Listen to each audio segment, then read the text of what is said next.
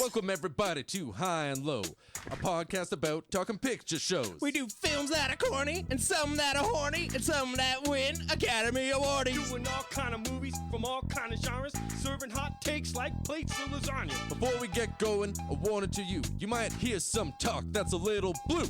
We sometimes cuss and we sometimes curse. We like to do it off the cuff and don't rehearse. Now if this sounds like your kind of show, Tune in, Drop out. This is High and Low.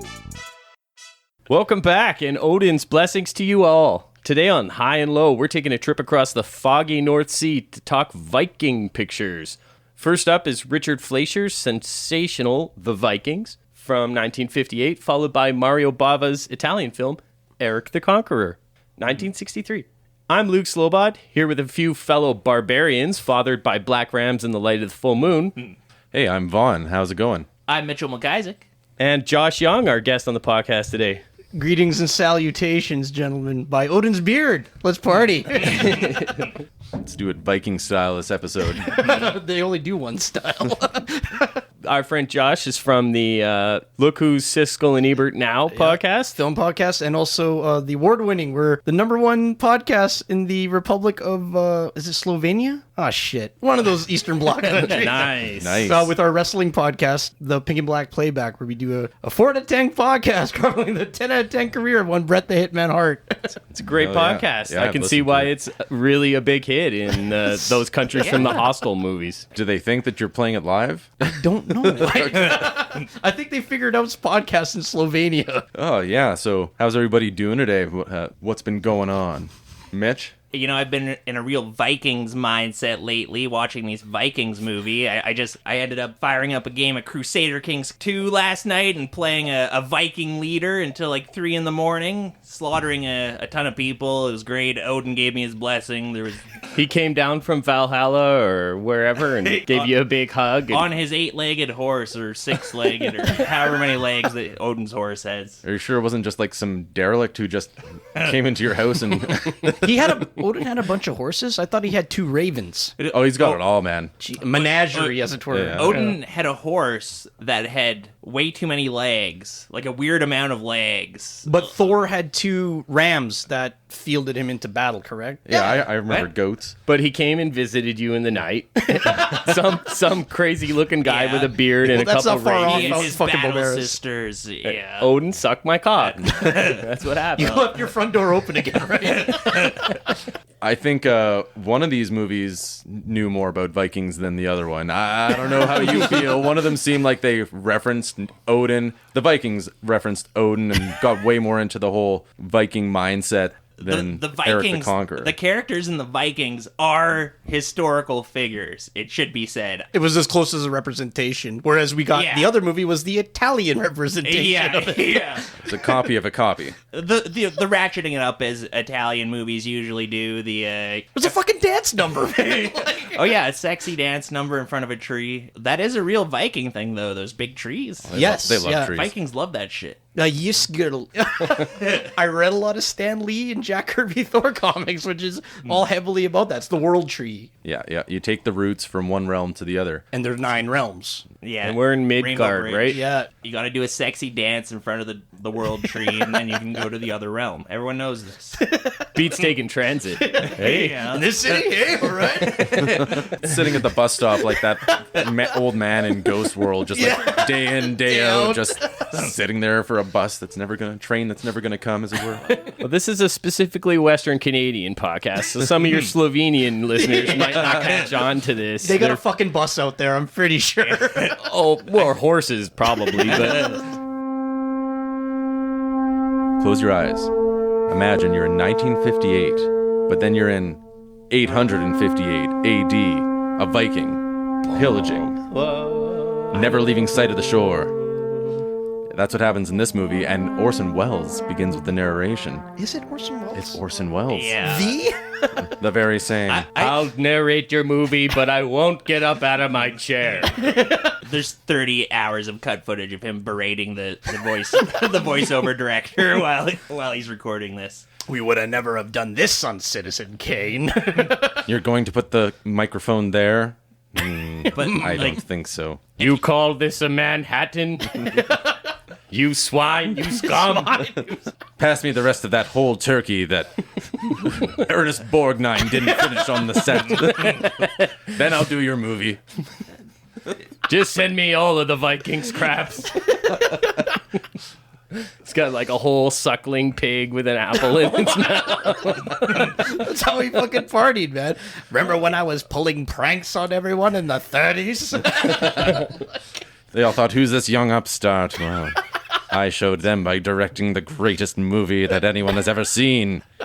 So you might think he has a role in this movie beyond just doing the intro voiceover narration, but I don't think he ever does pop up ever again. He pops up at the beginning of this movie basically for the kids in the back who have never heard of a Viking before, and he just kind of describes what a Viking is. He's like...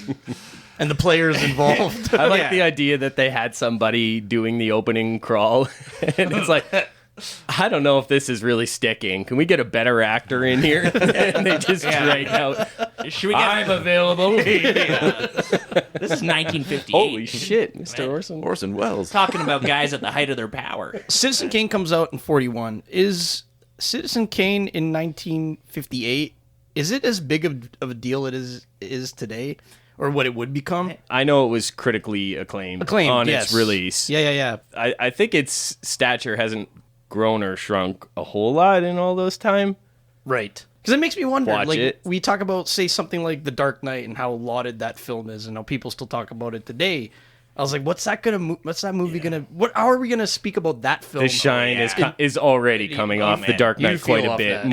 Most critics now are pretty much writing it off. Think back to something like Casablanca. When Casablanca came out, nobody really fucking cared about that movie. And then it's not a big deal until, 50 years later. But nobody remembers this film. I don't think. No, I think Vikings is largely lost to the This sand of one time. was a big hit, though, wasn't it? How could it not Yeah. be? Look at the people who I'm were in pretty it. sure. You know, people give Spielberg credit for inventing the blockbuster with something like Jaws in the 70s, but when I was watching this, I kept thinking, this is a blockbuster. This is like the these seeds old of a epic blockbuster. sword and sandals. Yeah.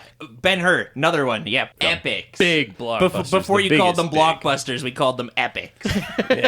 Yeah, exactly. Kirk Douglas is coming hot off the trail of Spartacus. Spartacus. Yeah, this is kind of him on the rise up. The Rise Up. This is he'd done Paths of Glory. That's glory. And then I think Was already out that was by like this point? 1955 or 1956, and then this is shortly after that and just before Spartacus. So this is like priming the world height. for his sweet bod. Guns out all the time. The body of work.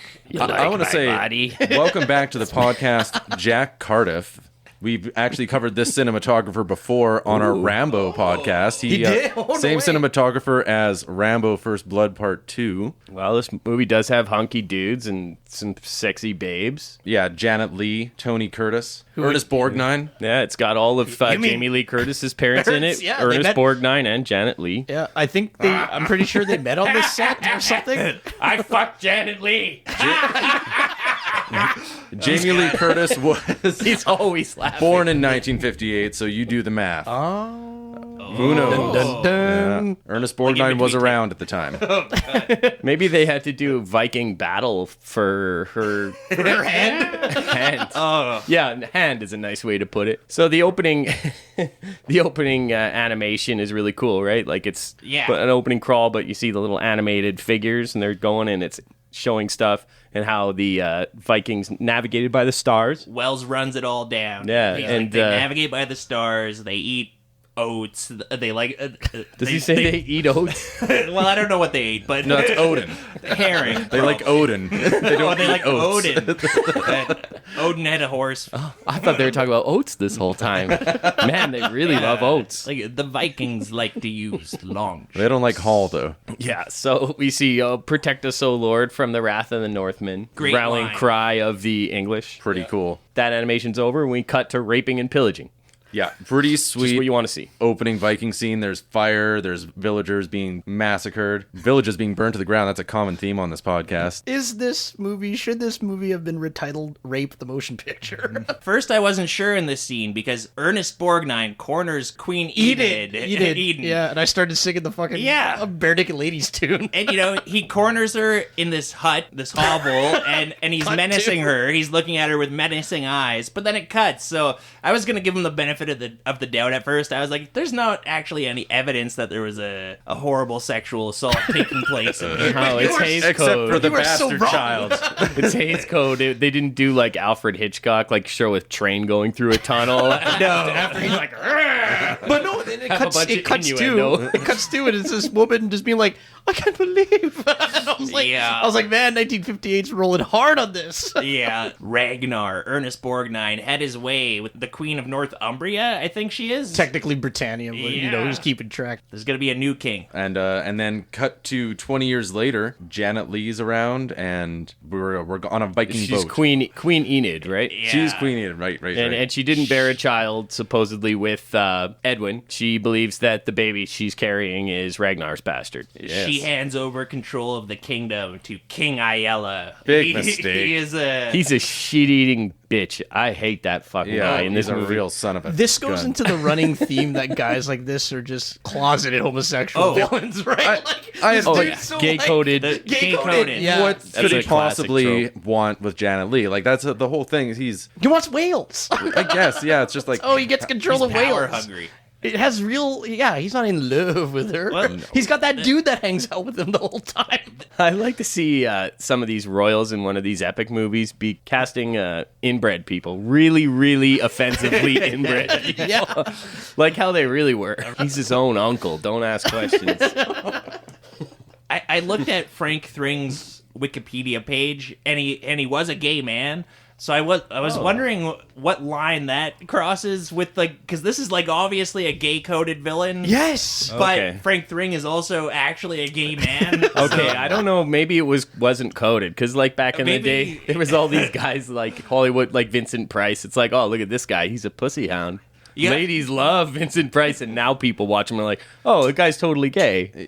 Nobody knew that. The director had to be like, play it up a little, Frank.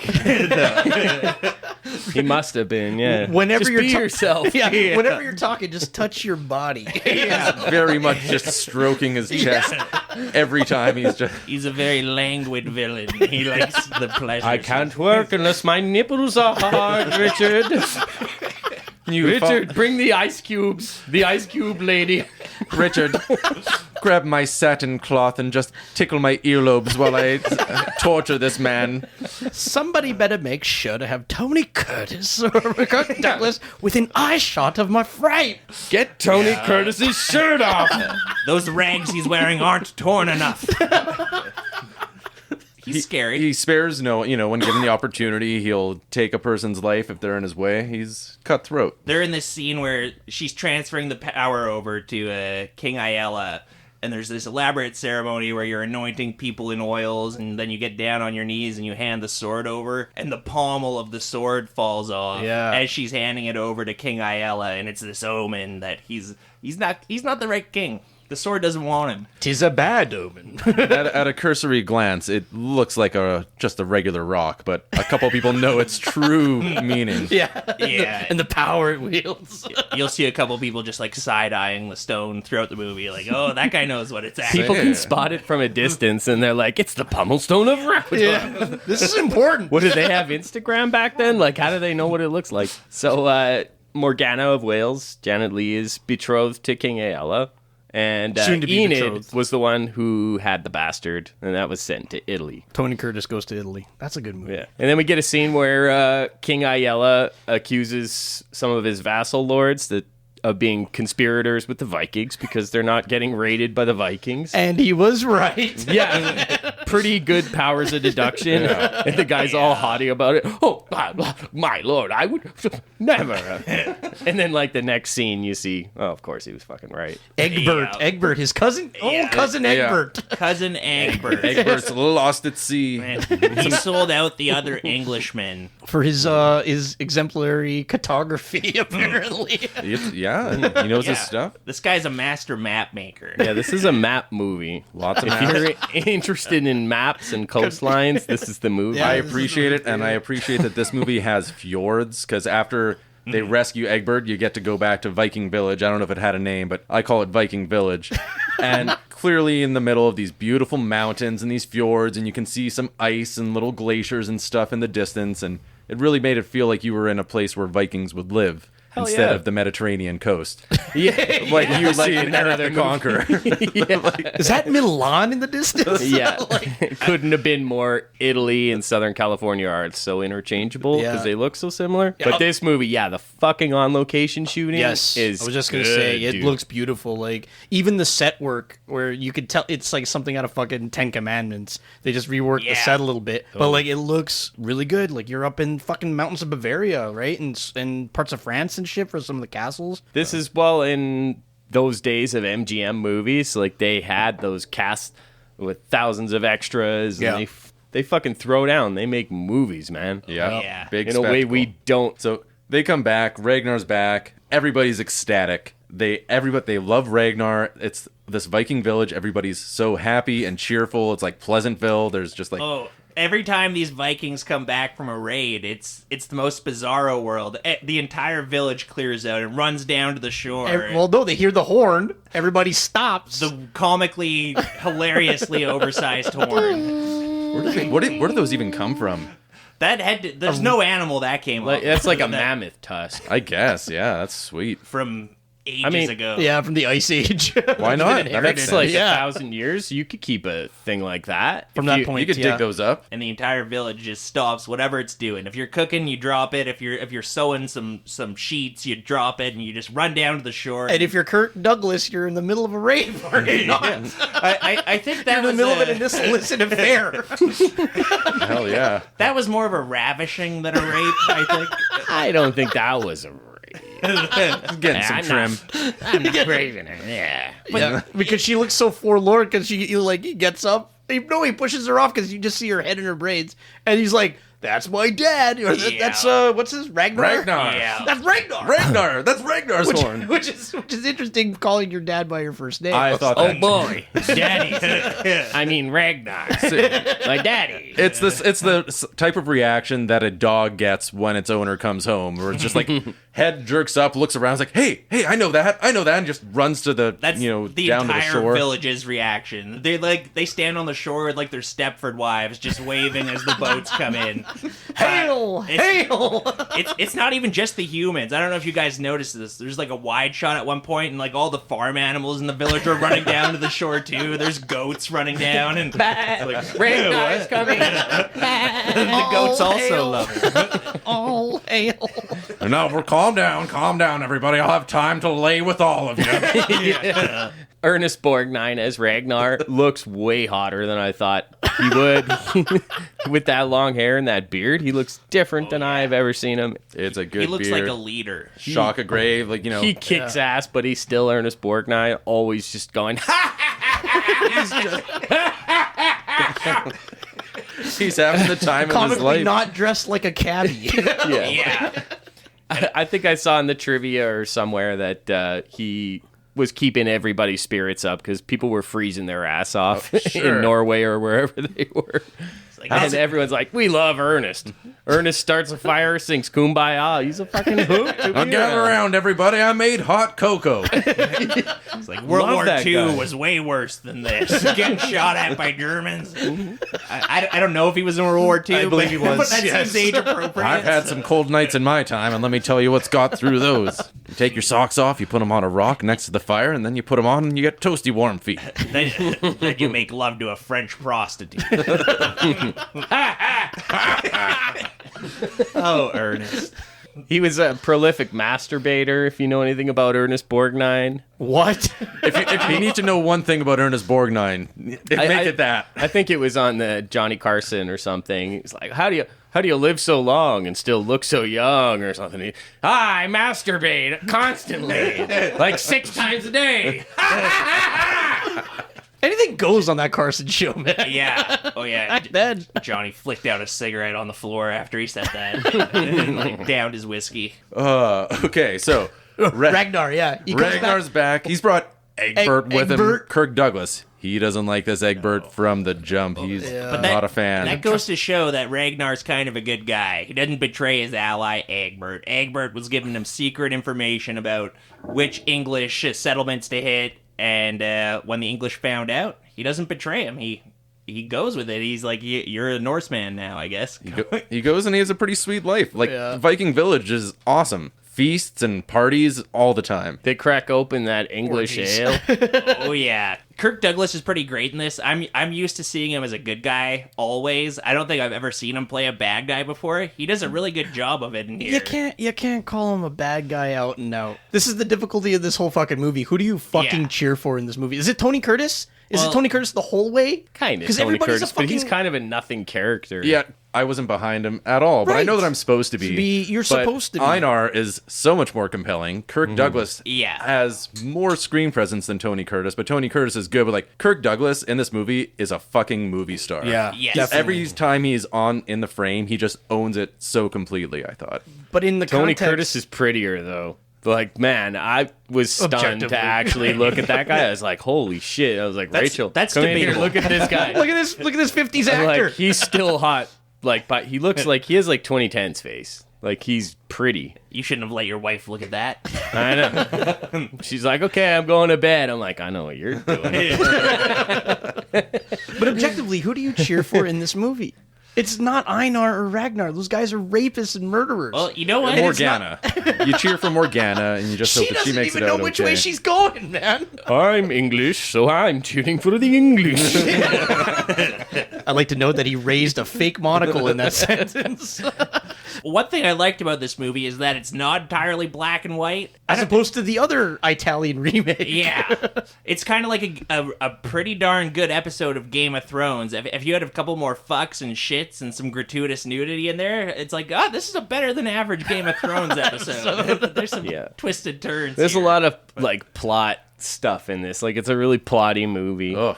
Ragnar introduces cousin Eggy to Einar and makes mention that he's my only son from wedlock. Oh, yeah. Like, how much raping has this motherfucker done? You don't get to All of be king of them. the Vikings unless you do a lot of raping. It's just part of the job.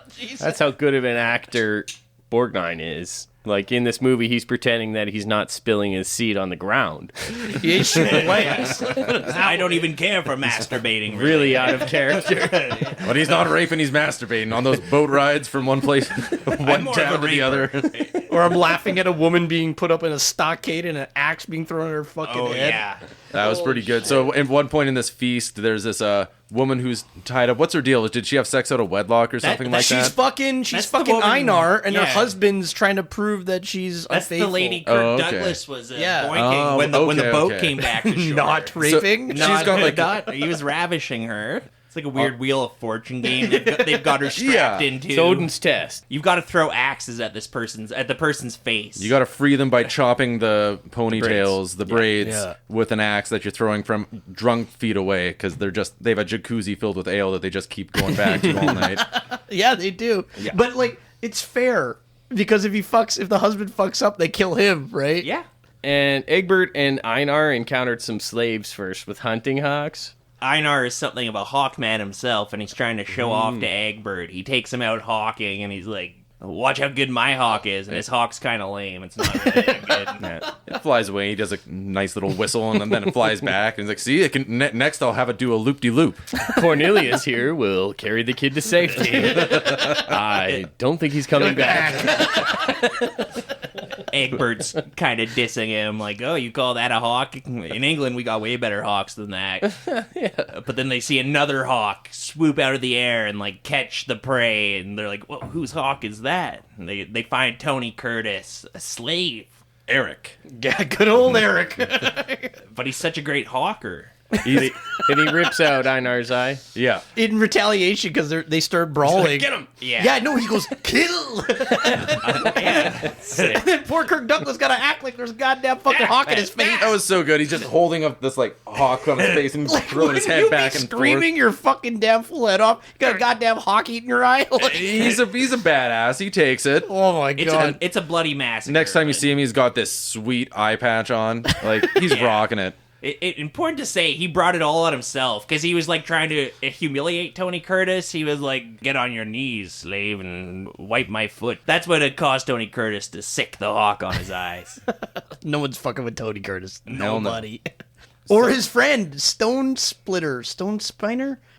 who's deaf and Powerful Viking name. no, he was the black dude that hung out with Eric. And apparently he had no lines because they cut out his tongue. Oh, And he's the one that's that he's the one that can navigate because he's got the fucking fish compass. Yeah, the thing that you kind of like hang from your rear view mirror. It looks like a little piece of like hammered tin in the shape of a fish. I But thought that was the Jesus fish. You gotta wave your hand in front of it, and it's like, "Hello, my baby." It's one of those singing fish. they Where's pulled the it top from hat? a meteor and a meteorite, and it's magic magnetic, fish. Yeah. so they can find their way north, and that's a huge advantage. In the rocky North Sea, 8th or 9th century. They couldn't figure out the fucking compass by that point.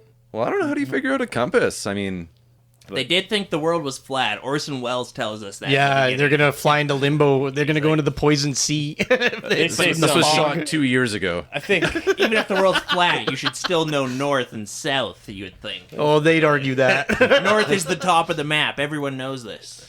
But what if you turn the map 90 degrees? No. So yeah, they have these guys. They got the sweet compass, and Egbert recognizes the little pommel on Eric's chain. There was a little, leather strap, and he says, "Where'd you get that?" And he said, "I was born with it." And Egbert's like, I recognize that. Yeah. Wheels are turning. that's a plot device. Yeah. Because Einar is all pissed off, loses his eye, sort of, and then they take him back to the big dining hall. Ragnar relents to all the bullshit that he's hearing, and it finally says we're gonna hang him over the pool or have him drown in the pool. And if Odin lets it be and he survives, then he survives.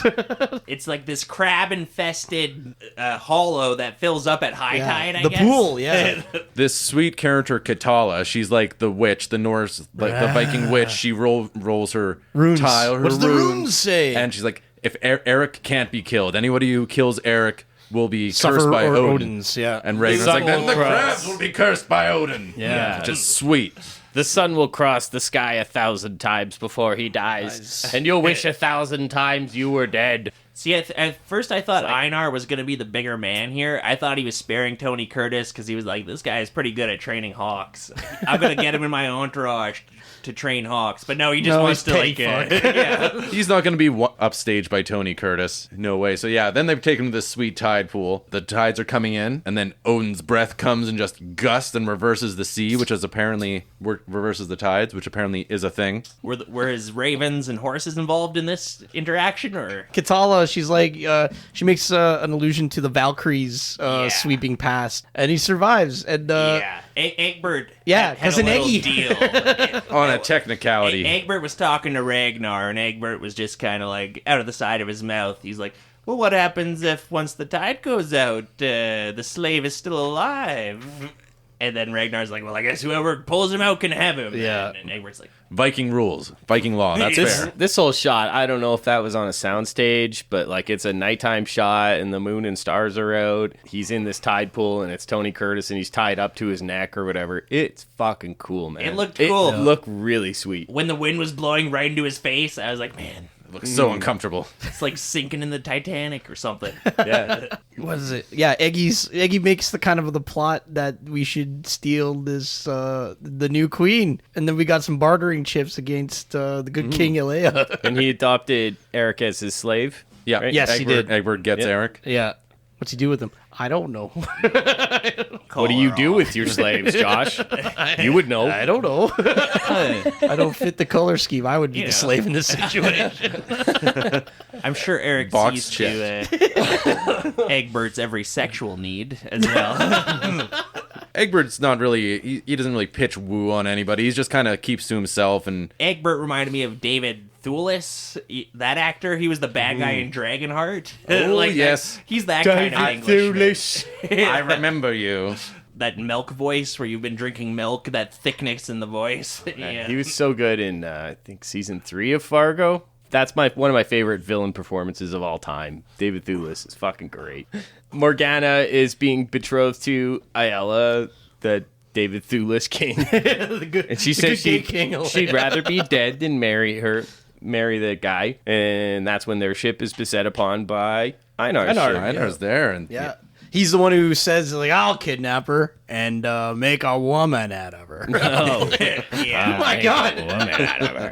Egbert drew up like a really cool map for them to use for this plan, and he was like, Yeah, to this intercept is where them. you want to do it. But then Einar was like, I don't trust you, Egbert. I'm going myself. We're gonna get a pretty awesome raid scene here. Yeah. Like a full balls to the wall raid scene. It's pretty fucking good. They fucking beset these wimpy ass Englishmen like it's fucking Saturday night. Some guy's face gets full on stepped on by a boot, and it just looked. Yeah, Terrific stunt work. yeah.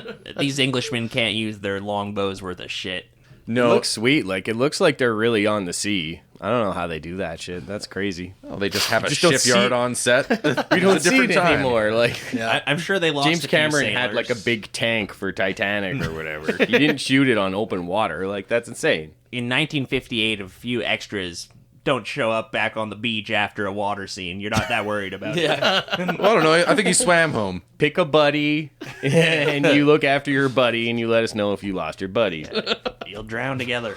Sir, we lost 17 extras on this scene. Someone should have been watching their buddy. Why aren't you on the phone getting more? That's pretty Did we get the shot? So I think they're dead. Did we get the shot? So, but they do the raid. Einar gets her. They come back again. Everybody's so excited. They're having overjoyed. fun. They're Yeah. leaping from oar to oar on the outside. That was of the a ship. fucking stunt with That was cool. with Kirk Douglas just moonwalking on that motherfucker. Yeah, thing. Kirk Douglas for real. They're having Again and fun. again. Yeah. They're so doing nimble. a- He used to be a gymnast. Like, England sucks dick. Like, this is my biggest Yeah. thing, that my biggest takeaway from these movies is, like, England are so boring and shitty They're a with their bunch of Catholics. the Vikings are frat. They're the Yeah. they're the frat. They're partying. They're drinking. They have, like, old gods and good curses, and, like, their gods matter and do shit. As they're Christian They God really so believe in Odin. Being pagan is portrayed as so much fucking cooler. But that's the devil's trick, boy. They're basically playing a game of Wipeout or Most Extreme Elimination Challenge, if you guys remember that show. NXT. Like as the Vikings are nearing the shore to entertain the villagers, they just jump out on the oars and they run down the oars, bouncing on them, like waiting to wipe out. And Kirk Douglas is the best at it. Yeah, notice how everybody else fails. I was wondering how many takes it took. He does later. Kirk Douglas does do a little wipeout take. at the last one. Yeah. But he's like, he does it, and then he's like, is the camera rolling? Let me do it again. Make sure none of those extras are better than me. Cut it. He did it more than me. This is my production. God damn it. Can you have the one with the bum knee kind of hop around? Yeah, and then we get another feast. Again, they're just partying. Then Orner's Borgnine. From those horns, you can't put them down because they'll spill. At one So point, you're drinking. Einar just slams and just sticks it into the table, and that's pretty sweet. The relationship between Einar and Ragnar is so great. Like, everything Kirk Douglas does is like a piece of shit thing. Like he's like a Lothario. He's sleeping with random women. He doesn't have a beard. Yeah, he doesn't have a beard. He He screams it like the Englishman. But like, Just too vain. objectively, he's a piece of shit. But then Ragnar will just be like, "That's my son. I love this boy. My only son from wedlock. Yeah. Was there ever a boy like this?" So Ragnar offers Morgana to Einar. Let's talk a little bit about their relationship. Well, such it's as not it is. great. I mean, he's like, well, maybe she'll sleep with you willingly. And he's like, I want her to fight me. To the nail. To the nail. For Just the like first time I take her to the last. Yeah, because that's how his mother did with Ragnar. Look at my face. Do I look like I want somebody who wants it? yeah, who will love me with this scarred face? It's like, remember, Dad, how much you used to beat Mom? Like, holy fuck. That's another thing I love about Kirk Douglas is how he becomes a more twisted villain throughout this movie. Like, he starts out as kind of a happy-go-lucky Lothario Viking, and then he loses his eye, and like Then he's jealous with love rage. Yeah, like every new humiliation that comes to him, which he totally brings upon himself, he just becomes more twisted and weird. And like for the second half of this movie, his entire goal is just trying to basically rape this woman. That's Morgana. Nobody talked to Morgana about what she wants, because while this is happening, she's with Eric on the beach somewhere, and she's all like, "Oh, I don't know if God would want it." And Eric's like, "Oh, what's your God compared to Odin's will?" And she's like, "Ooh, okay." And so she's like super into being Eric. wooed. Yeah, hard. She's got such a lame Christian expression here where she's like, It's like the ocean where Christianity is on one side. That's so much worse than love and hate are horns on the same goat. And like all the random Viking expressions. Is that a quote from this movie? Yeah. It's so good. Yeah, Katala is the one who utters that line. The Vikings have a lot of goat-oriented expressions. And it's Katala that We just don't have foretells. goats in our everyday lives enough anymore. No. And it's Katala that foretells that Yeah, she's Tony Curtis and Eric and Morgana are gonna fall in love. That's Yeah. right. Katala, and she's right. She's batting 100 in this movie. She's very prescient. She gets it all right. she's a good actress. Three too. for I don't know three. her name, but I liked her. Yeah, I can't remember it either, but I do love just like that witch running around, a witch character in a movie who's just like, this is how it will play out. I'll tell you the entire plot of the movie. She's And- very stereotypical witch. Yeah, in a but lot she's of not ways. wearing like a crazy prosthetics or anything. She No, she looks does more have or the less like wild a normal hair, woman. but Eileen Way. Kirk Douglas and his raiding party attack the boat and kidnap the princess. That's the first time that we get to see him wear his falcon hat. Fancy falcon hat. Which I was expecting this movie to have the Viking helmets with the horns coming out of it, which are not historically accurate, but which you will see always in a Viking movie. Thank you for clarifying. Yeah, I'm the resident Viking expert. We're so disappointed. Kirk Douglas wears this weird 8th century superhero outfit where he puts his like falcon hat on, and I kept thinking he's like Captain Falcon or Falcon Dude or something. He got the falcon helmet. He got the falcon helmet for all his falcon. Yeah, Falcon rape. Trigger warning. You know what? This is a Vikings episode, Yeah. and I'm just going to come out and say it. Vikings are problematic. Yeah. You heard it here. Why do you They think were I was going to not call this PC. movie Rape the Motion Picture? I'm glad that they're canceled. But, okay, so speaking of, he goes after Morgana, and hijinks ensue. And then he gets knocked out by Eric. He's not having this. You're not taking my woman that was foretold to me by this witch. Eric's fellow slave and buddy, Right. who's mute. They fucking get on a boat and they get Morgana and her handmaiden, and they get the fuck out of Dodge. And they've got their magic fish. Yeah, they got the magic fish compass, but next thing you know, they're beset pretty fucking quickly by the rest of the Vikings going after them. But they know, or they should know better, but not to fucking fly into the sea when there's a big old fog going on, because you get fucked up, which is There's what been happens. some foreshadowing. They run aground. Einar totally fucking told the tall tale when he was talking about how Eric came up and Yeah. just, there was actually, it was Eric and 5 of his buddies, and they surrounded me, and Yeah, they beat the shit out of me. Beat the crap out of me. Fucking lying asshole. Earlier in this movie, when Egbert's making a map at one point, he like makes this really nice map on some sheepskin, and Einar's like, "That's a pretty good map, but could you make a map that could help a man see in fog?" And then Egbert's like, "No, nothing, that's not possible. No one could see in fog. That's the nothing worst of this thing." world could allow a man to see in fog. So that there's good foreshadowing earlier on, and he knows you can't see in fog, but he's trying to chase down Tony Curtis. And Ragnar's right there with him, Yeah, too. supporting Yeah. his son's sexual assault. Yeah. He's like, I can tell this woman, you really want to have sexual assault with this woman. So Typical jock dad. Totally. Like the hockey boys or whatever. Oh, boys will be boys. that line just went through my head so many times during this movie. That's the Viking ethos. Boys will be boys. Boys will be boys. When left to their own devices. Yeah. But then, because they're not well traveled in fog at night, fucking Ragnar's ship hits a goddamn rock. We got a Titanic situation They going didn't stop on. at the souvenir shop and pick up their keychain that helps them, Yeah. see They didn't north. get the Jesus fish, and the fucking what did he call him? The Great Dragon. That's Ragnar's boat got sunk, and he fucking falls into the soup. But it's Eric and his boat and those gang that managed to capture fucking Ragnar and throw him back into the boat. The And then- selfless Eric. Yeah, This is embarrassing for Ragnar. all Yeah. all And under for the, Einar, all too. under the unassuming assumption that that's his dad. That's his the father. weird. There's the whole weird Shakespearean high drama aspect of this, where half Eric, brothers, one dad. Eric is Einar's. Like, Tony Curtis is Kirk Douglas's brother, and they're both the son of Ragnar, and they don't know it, and one of them's a slave, and they're gonna trade places back and forth. Like, I I never realized how much Shakespeare plays out like a modern day soap opera. It is like, oh yeah, Shakespeare wrote those plays for the masses in the Globe Theater. You know? It's very soap opera-y. Yeah. Well, the Northman was based on Hamlet.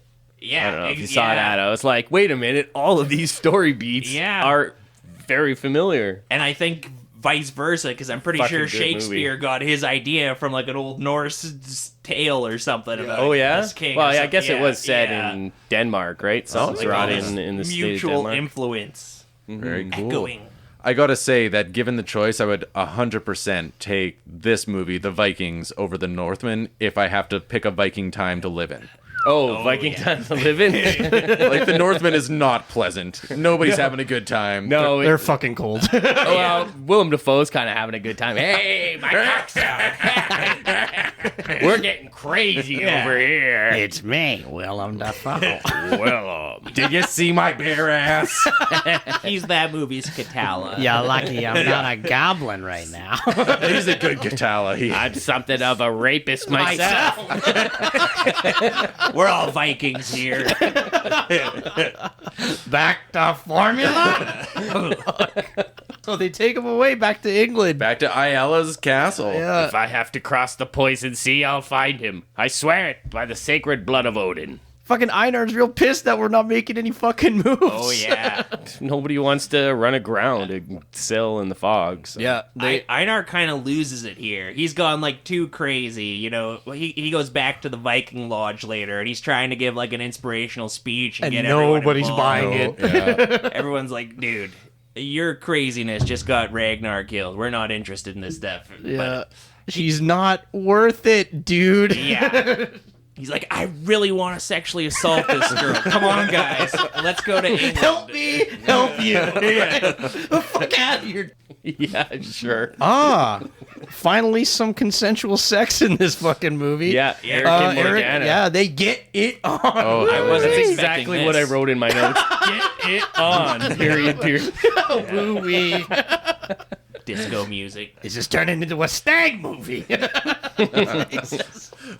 Ernest Borgnine just standing off screen eating a turkey. Oh, yeah. It reminds me of my time in the stag pits. Mind if I jack off? Hollywood history is made. He gives her the pummel stone from the sword, and they get back to Ayala, and Ragnar's in chains, right? Yeah. Yeah. He's bound, not in chains. Oh yeah, he's bound by ropes. Yeah. They take Ragnar to the pit of angry wolves, where they use for execution. Which really, And they're angry. the fucking set guys just painted a bunch of German shepherds. Yeah, Spray did spray. we even see them? Wolf. This is Yeah, you see him like for a Yeah. second. Yeah, like we didn't see much of them. You just hear them. You hear them. The sound design's doing all the work in this scene. This is a pretty great death scene. Even though you don't actually see him. Like, if a George Romero directed this, you would see a sheep splatter getting torn apart with, like, sausage getting ripped out of it and be like, Well, oh. you see for a minute, Alea like skewers some meat to feed to the wolves, and he's like, he makes this Yeah. stupidest fucking face, and it's just like, yeah, fucking throws this chunk of meat at the rabid dogs that you don't see for only a second.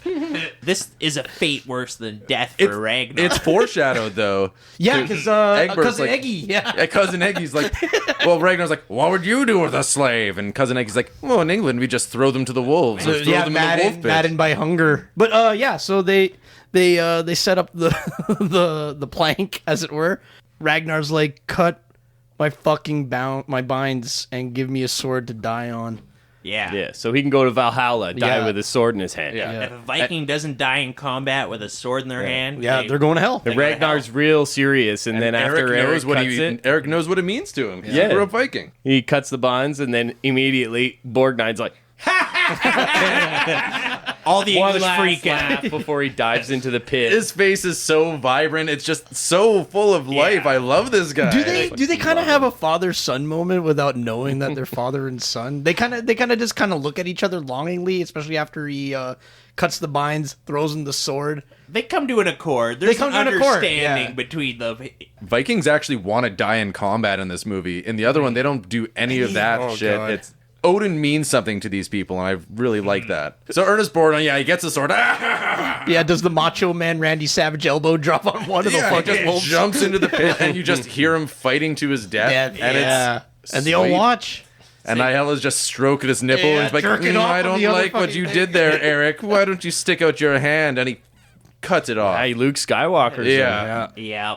It's There's sweet. there's good dismemberment. This is again reminded me a lot of Game of Thrones in a couple of places. You've got hands getting cut off. Of course, you've got Einar. His eye gets gouged Yeah. at the beginning. People are coming out of this movie with battle damage, if they're Yeah. coming out at all, and it's sweet. When his hand's cut off, by the way, we get Janet Leigh screaming, which That's- is great. yeah. Original Scream Queen, or Yeah. one of the originals. Before Psycho. She was doing it before that. Yeah, pre-Psycho. Yeah. There's like Hershey got the syrup goods. coming out of Tony Curtis. She doesn't- Funny enough, the women don't have a lot to do in these movies, but They are plot devices. I got totally lost in the next movie. There's a couple of twins. There's beautiful twins. we got to blonde twix twins. up. The Kessler twins. I didn't realize till like 3/4 of the movie that they were twins. I Yeah. had no idea what was going. I was just I like, had to look it up too. there's the other Yeah. beautiful blonde. I don't. Last episode we did barbarian twins. This episode we have barbarians and twins.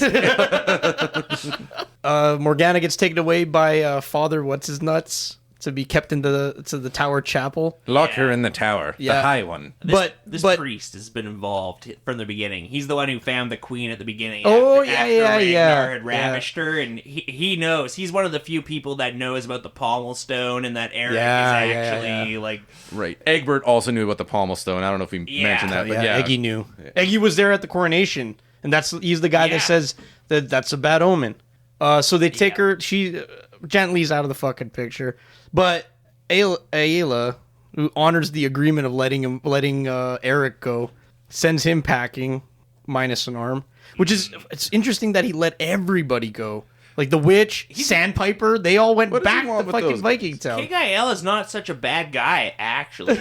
Like, when he doesn't really. He's not a Ragnar going around raping people. I'd vote for him. Morgana's like, I don't want to marry you anymore, and he's like, fine, I will grant it, but can you meditate in the church overnight before I grant it? Like he's not that horrible. But they other said- than feeding people to dogs. Chopping hands off. You know what? Even by today's standards for a leader of a country, that's not Oh. that bad. That's nothing.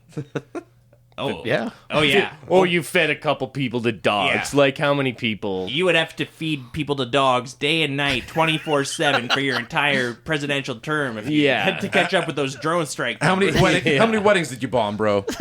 Those are rookie numbers. Like, I did a red wedding. but- Dude, I watched Hey, I fucking don't want Last to get King of off on a Scotland. rant here, babe. but these modern presidents are worse than Vikings, babe. Is that your Tony Worse than Curtis? Ragnar. Is that your Tony Curtis impersonation? That was a really bad That's Dennis, a Dennis Miller. Miller. I couldn't figure out a Tony Curtis. Because Tony Curtis, he kind of talks like, oh, in this movie, I'm talking like Cary Yeah. Grant. I have a mid-Atlantic accent. But like, He's Tony such a New York. blank yeah, I know, he has a New York accent. accent. in You want to real hear life. my Tony Curtis accent? Hey, the fuck is going on here? What's up with all these Vikings? I'm the real Tony Curtis. Yeah, like Hey, how about a fucking pizza over here?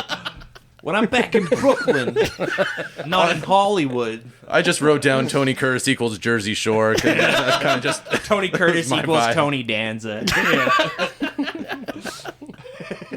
But he goes back in the middle of Einar's lukewarm reception.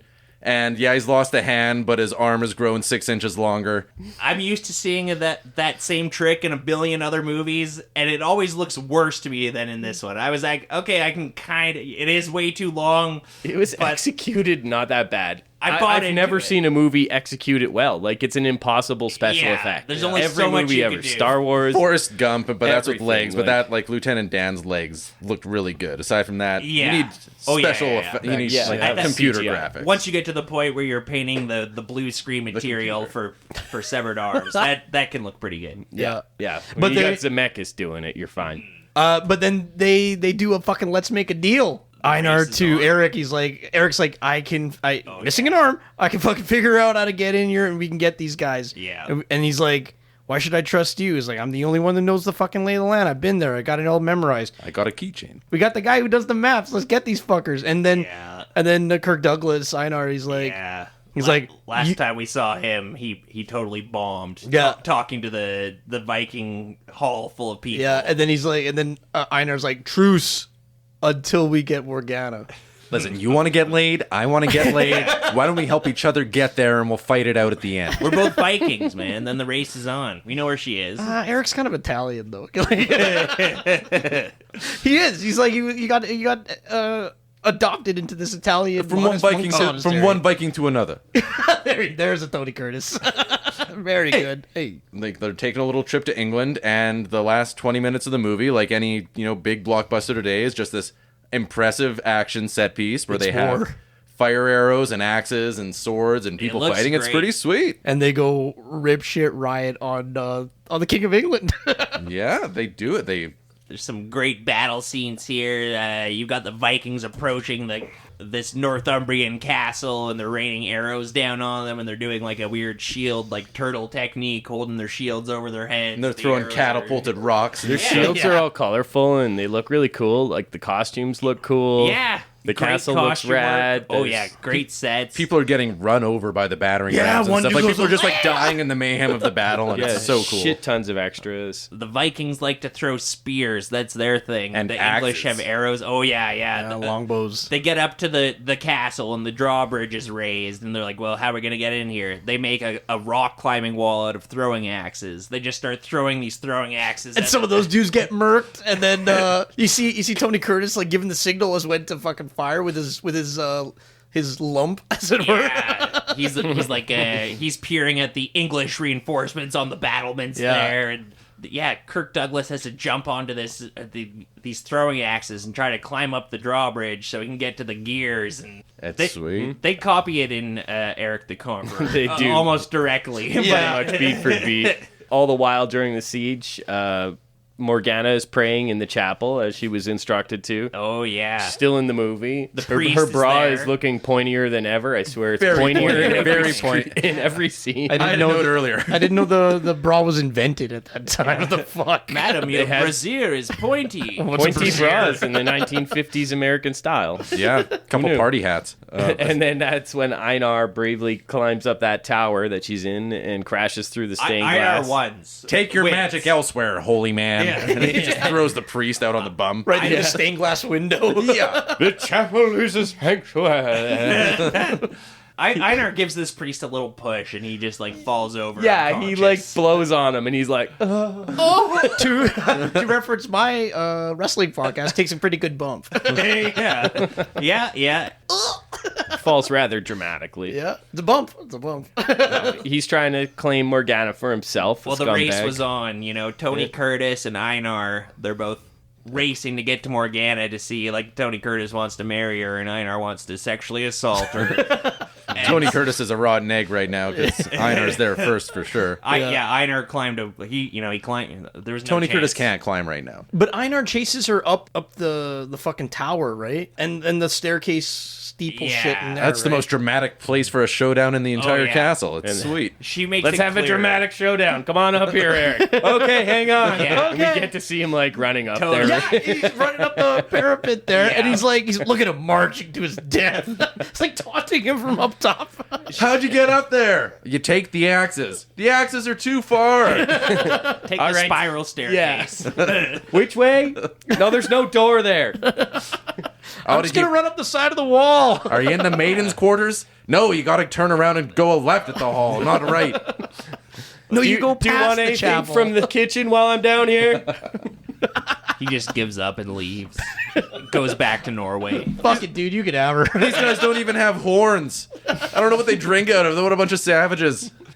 Yeah. He manages to fucking get up there. Yeah. Yeah, I mean, they have the big sword fight. Takes the elevator. The choreography pretty is epic. fine. It's not. At this point, Morgana has revealed to Einar, I think, that Tony Curtis Yeah, is he his tells him. brother. Yeah, when he's dragging her up there, he's like, "He's your brother." He's like, I don't believe it. He's like, "Shut up." They have a moment where they're fighting, where they look into each other's eyes, and they're both like, "Oh shit, we have the exact same eyes. You've got Ragnar's eyes. I've got Ragnar's Einar's eyes. So Kirk Douglas hesitates before he was gonna stab Tony Curtis. Because he breaks his sword in the middle of the fight, and then Yeah. and then he fucking He's Pearl got him dead Harbors to rights. Yeah, he got him dead to rights. Pearl harbors him, stabs him in the belly, Yeah. With Gives his him the busted up little sword. Yeah. and then he's like, "Why did he hesitate? Because he's your brother." And he God damn it. dies with a sword in his hand, so he gets to go feast at Valhalla with Odin and his father. That's a good death. Yeah. That's the best possible ending for Einar, I think. And Tony Curtis anyone. becomes king of the Vikings. Yeah. Because there wasn't And of DNA England. tests. He's, So he's yeah. king of two nations. Now this is a 1 hour and 36-minute movie. That's it. Fucking end. Title card. Yep. Basically, yeah, right? shoot the boat, fill it full of fire and arrows. You got your Viking epic funeral. action. You're off to the North Sea. I don't think we mentioned that Ernest Borgnine is actually like a year and a half younger than Kirk Douglas. Month and even a though half. he He's a plays month his- and a half A month and a half. younger. Okay, Yeah. they're the same age. It's absurd. He lived some like I would have bought him as Kirk Douglas's grandfather.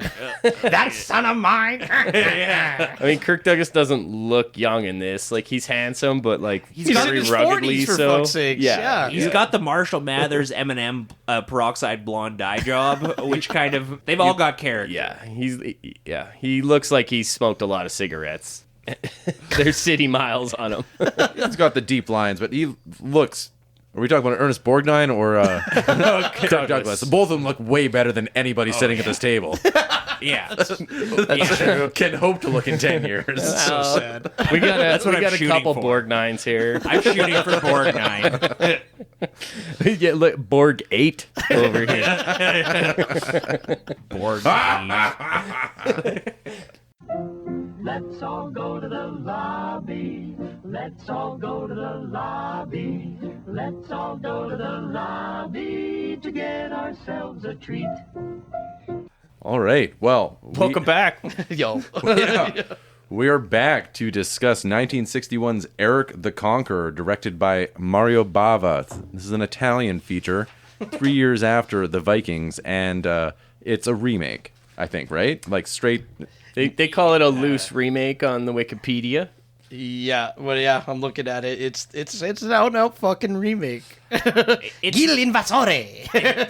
it's not like your typical, like, we'll watch a lot of Italian movies that are bottom of the barrel rip-offs, but this feels more like a remake. It feels like there was a little love and care given to it. Well, Mitchell, as opposed to your Italian-produced Nazi rape pictures you subjugate us to all last summer, and your little fucking He locked us in his basement summer and made us watch Nazi guys eating pube. But unlike those Italian-produced Nazi war rape pictures that you're deeply into, I feel like the pinhead in this scenario where I've got you guys like chained up and I have such things to show you. the production value on those torture. the production value on those fucking movies is just atrocious. This on Il invasore. I'm forewarning all of you right now. I'm just gonna be breaking in and out of an Italian accent. An outrageous Italian accent. Oh, and I didn't know you spoke Italian. Well, you know, I grew up around. This movie had a budget. It didn't have the same budget as The Vikings. But a hell of a fucking production value. This is a movie. Like, Yeah. people showed up. There's extras. They built sets that would later be reused on Star Trek, I think. Real actors, not Real just like actors. porn stars. Yeah. and kind of like Double Target, another Italian ripoff we did. The ethos here seems to be like, do it double. Like, look at what the Vikings did and do it double. If there's gonna be a fight scene, there's gonna be twice as many guys in the scene. If you kinda- climbed a fucking wall, it's gonna take 20 minutes as opposed to the holy double. shit, man. A lot of this was you're looking at a wall. And a lot of this is like watching fucking paint dry as trying to get to the next scene. But it's all one take Jake fucking one camera focusing on a scene that would have been like multi-layered in a Fleischer Kirk Douglas production, but whereas in the Italian one, holy fuck, it's like I'm watching the clock on this fucking thing. They and then took the wrong messages. A lot of the time, they took the wrong messages. well, it got lost in translation, right? From the American, the Italiano. We don't know anything about a Viking, but we're gonna get a fight. We're gonna get it right. We're gonna get a Cameron Mitchell in there. Cameroni and Michele, you come in the movie and you make the movie with us, okay? You make a big picture. You be like a Kirk Douglas, but not quite a Kirk Douglas. You understand me? That's why Erik the Conqueror is considered one of the great Italian Viking movies, according to its Wikipedia article. According to one Italian film critic. Oh, it's not even the best Italian Viking movie, and that makes me a little sad. Yeah, it's okay. But it's one of the better ones. It's 90 fucking minutes. Like you said, Cameron Mitchell is pretty good. Yeah. He's like a fourth string Kirk Douglas. Like if he's not returning your calls, there's like three other Cameron guys Mitchell you call. Mitchell made a career acting in Italian pictures all the way to his damn near his death.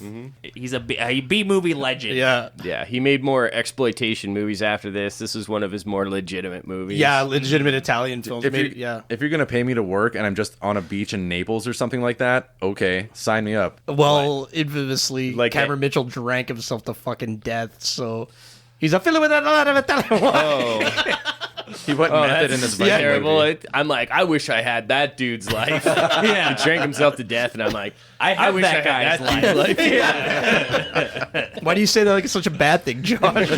Booze is expensive. He must have been doing all right. Erik the Conqueror. It opens up with a voiceover narration too.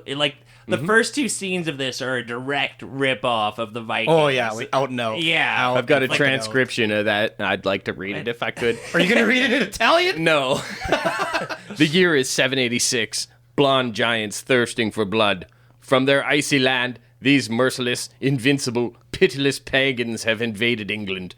Harold of the Order was desirous of peace. Thus King Lothar of Scotland charged Sir Rutford to negotiate with him for peace. That's a Star Wars crawl level of filling you in on the I'm not universe. Orson Welles, but No, neither was the guy who actually I was did wondering it in the movie.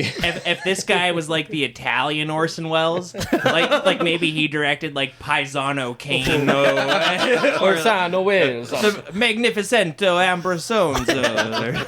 Get me the non-union Orson Welles equivalent, please. El battaglione del mondo. Mario Bava is like, I must have the Italian Orson Welles for my voiceover narration. Extra cup of cola on my sandwich. Gabagoo. I apologize to our Italian listeners. I know there's a couple. And the estate of Orson Welles. Yeah. Did you? I know they're listening to. How did you guys watch this movie? I had to rent it, and it was not dubbed. This one was on Arrow, the cult movie streamer, so there must be an Arrow release of it. Okay. No, it wasn't a dub. It was subs. Yeah. I was Yeah. disappointed that it was subs because I'm just so used to watching the Italian movies where Have a dub. everybody's dubbed. They use that Tower of Babel, Italian Very, filmmaking technique. There was a few places where it's like, okay, a person's talking for a few seconds before the dialogue actually kicks in. Well, Cameron Mitchell speaking English. I think the Kessler sisters are speaking German. Everybody else is either speaking Italian or French. Yeah. and it's all dubbed back into Italiano. Yeah, that's typical for them, yeah. Yeah. So this movie kind of opened on a bit of a twist because the other movie opened on the Vikings raising and raping a village. But then Yeah. you see a village being raised and Yeah. raped, and I was like, oh, the Vikings are doing this shit, sweet. But it's actually Yeah. the English English. raiding a Viking village that had settled on the shores of right. England, right? It's interesting the switch between the Vikings and Il Invasore. I'm talking like it. I'm going for it. Fuck it. Because everybody's a fucking out and out prick in the Vikings, and you're not like I made the comment. I don't know who to cheer for in the Vikings because everyone's a fucking raging rapist and colonizer.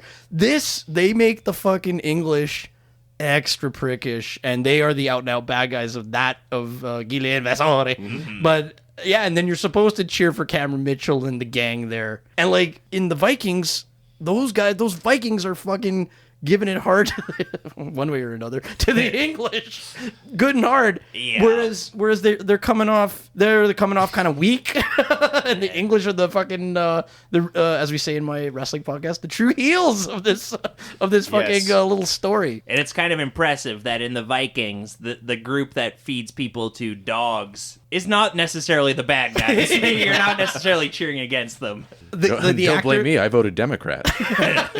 the actors portraying the Englishmen. Oh boy, those are some olive-skinned Italians if I ever saw one. I'm sorry, those are the most least English fucking bits I've never ever seen a Welshman with a tan like that. I'll have you know, England was once part of the Roman Empire. There's plenty of Italians down in that time, but like, it's like for a fucking pasty ass racing culture, they got like the most fucking brownest dudes to be Englishmen. This Viking village, it's getting burned. The English people are just horrendous. And they got the Italian knockoff Ernest Borgnine. Ah. Ernesto Borghini. We see They got we see two little blonde boys, and they're sitting there going, looking around at the carnage. Yeah. And we learn that that's Crybabies. Aaron and Eric. And they each have matching brands on their chest or They're tatted up even Yeah. at an early age. inked. Yeah, sweet. They Lost were in the advanced. Mediterranean. I mean the North Sea. Nothing more white trash than tattooing your toddlers, eh? Yeah. We're going to put these sweet snake tattoos on my two sons. These Viking colors don't run. Well, you got it. You come back to Viking daycare after you're out raping and pillaging, and how do you tell your two little blonde kids apart from all the other little blonde kids? They're the ones that look like they have affliction shirts on. They speak in Italian accents. Hey, bambino.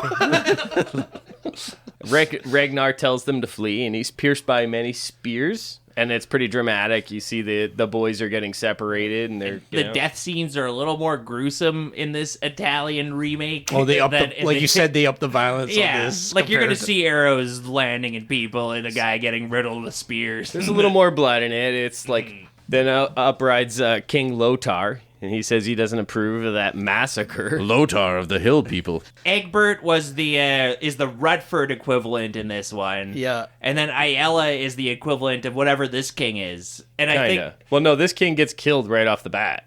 so this said is- when yeah. This in- is in the Lothar. Vikings. Like, yeah, they really flipped the script on the beginning of this because Lothar, he's like, didn't we just say in the opening crawl you're supposed to negotiate peace in the North Sea? And you you've just come murdered here all and these you're fucking people? massacring women and children. Forget that. And It was too far, Rutford. You took it too far this time. instantly Rutford's like, fuck you, and one of his men fires an arrow through King Lothar's neck. Yeah, and then makes it look like it was one of the dead. I killed Okay. him. It was one of the dead Vikings. The Warriors did it. The not Warriors. me. Yeah, full of fucking Luther. Toss the guy right into the flames, too. Yeah, Yeah. Blaze it on fire. This actually fooled me. I was like, oh, I guess some bandit behind that bale of hay just killed the king. No, it's the other Englishman. Sometimes, like, you walk out of a convenience store that's just covered, the parking lot's just covered with trash, and you, like, throw your burger wrapper down on the ground or whatever, and you just kick it in with the trash, so it's like, I didn't do it. It's just, there's so Nothing many to see here. corpses littered around, you just can get away with murder. I guess the king died. Who knew? I didn't see it. It was chaotic. Long live the king. There's no CSI back in Northumbria. No one could disprove or prove anything. And then, the queen's off on her own she's on her beach, and she has She's Eric. unbothered, seemingly, by her husband's death. Yeah, Everyone's just like, all right, long live the queen. Yeah, she's running the boom, show. upgrade. Yeah. And then what does she happen upon? Yeah. A wee little bambino. Bella face. Bambino. Wee little baby Eric. And so, yeah, and there's a handmaiden there, and she swears the handmaiden to secrecy, and she's like, you promise not to tell anybody I just found this baby on the beach, right? And the handmaiden's like, yeah, it's all good. This baby is clearly Eric, and they just keep calling him Eric. That other Eric, he spelled his name with a C. This is Eric with a K. Totally different. Oh, and the matching tattoo, don't worry about it. It's just forget about it, okay? And then smash cut, 20 years later, just like the other The one. land of the Vikings. The land of the Vikings. Pretty sweet. I would rather live there than England, because they're having a pretty not as good of a time as the Vikings. They Pretty have close. Pretty man. close. This set looks crazy as hell. It's awesome. A little more torture going on here. Out and out. They have some people strung up to a big X or something like that with some big skulls, Yeah, and they a were man and a adulterers. woman. And This is basically a ripoff of the Viking scene as well. In the Vikings, they're doing that scene where they're doing the adultery test on the woman and she's trapped in the wheel, and Kirk Douglas is throwing axes at her and proves that she's faithful. In this movie, they've got their Italian version of the adultery test, where they've got two people tied to posts with barbed wire or something, And then some ladies come out and do a sexy dance in front of a tree. And Is that very typical for most Italian movies? That's very- There's got to be a Yeah. fucking dance number in this. Fellini's 8.5. You'll see a sexy bunch of Stay people. tuned for that piece of shit. Yeah. These Italian movies, they're always going to ratchet up the gratuitousness in some way or another. But with not this one does like no nudity. No, this is some still sexiness, 1960. It's early, a little early for all that. But, Yeah. but we do find out that they got wheeled out to be picked over by the vultures. It's too bad a strong north wind from Odin didn't come down and blow these vultures away. But Very little Odin being mentioned in this movie. A lot of fine beards being made by a lot of hardworking Italians, I'm sure. What are you talking about? The twins are like, we're so devoted to Odin, we cannot risk our Italian virginity or Yes. Germanic virginity. That's a major plot point. Is they're devoted. They're maidens. they're like yeah. nuns, basically. Maidens There's a to name Odin. for it. Vestigial virgins Yeah. or something. yeah, shield maidens. Yeah, they're married to Odin. I hear he has a horse with 8 legs. And I think all they do is just kind of hang out in their little hot springs. They're just kind of hanging out in their little Playfully splash each other. Frolicking. lots of frolicking. There's just this spa. It's filled with identical blonde beauties, and they splash each other with water, and they talk about men. And I'm pretty sure it doesn't pass the Bechdel test. But they're just doing their thing, and two of these women are more identical than the rest. We have the identical twins, which will come into play later. There's Rama and Naya. Can't tell one from the next. in these Yeah, Italian totally. pictures. Oh, I guess they are twins. That's the thing about now. We have woke movies, and like people are different ethnicities, and then you go back and you watch these old movies, and everybody's they all look the same to me. They do all look the same. And then it's like, oh well, they really look the same because they're twins. Hell yeah. And so they're kind of being like, oh, which one's cuter? Which one's cuter? Do you think he's going to ask you to the sacrifice prom and stuff like that? Olaf's like, hey, what if we unite all the Scandinavian countries and then why don't we take over England or Wales or Britain or Scotland or whatever it's called at this time? Let's take it all over. Let's take it all. And people are like, that's a good idea, Olaf, but you're pretty old and feeble. Yeah. Do you have a young buck, a successor who can maybe get the job done? Let's get that Cameron 40. Mitchell. Yeah. So Let's get Cameroni Michelli up in this. Yeah. Enter enter Cameron Mitchell. they wish to appoint him as leader, right? Yeah, he's like, I'm much younger and fitter. I'll lead it. And there's this other guy I didn't catch it. Garion. Garion. He challenges. Yeah. And he has pretty broad popular support among Yeah. the soldiers. It's gonna come down to a Mitchell fight. thinks he's got a pretty good claim because he's from the village in England that originally got raided. So he's like, well, if we're going to go back and invade England, I think I got a pretty good claim here. Yeah, I was there when I was a lad, and they fight. Okay, we know who you'd vote for. But I think his claim is legit. have you shed blood in the name of Odin? Aaron goes full Janet Jackson, and he just rips his shirt open, and he's like, but I got this sweet brand. Check this out. Got this when I was a boy. And Olaf's like, he's right. He should. That's the wardrobe function. That should work. But that's not enough. They have to draw it to a vote. Yeah. And Find then out. the way they do it, and like so Counting many weapons. things in this movie, they do make it cinematic, something that should be boring and mundane. They Yeah. do make a bit of an effort to make it interesting to look at. And visually, this is cool. The soldiers throw their fucking weapons at a shield. They throw their axes. Yeah. It's just an axe throwing good time. It took me a minute to figure out what was going on, because there was just like people, it was a mad dash up. They'd take their axe and they just throw it, and they keep cutting to show, one axe landing next to another.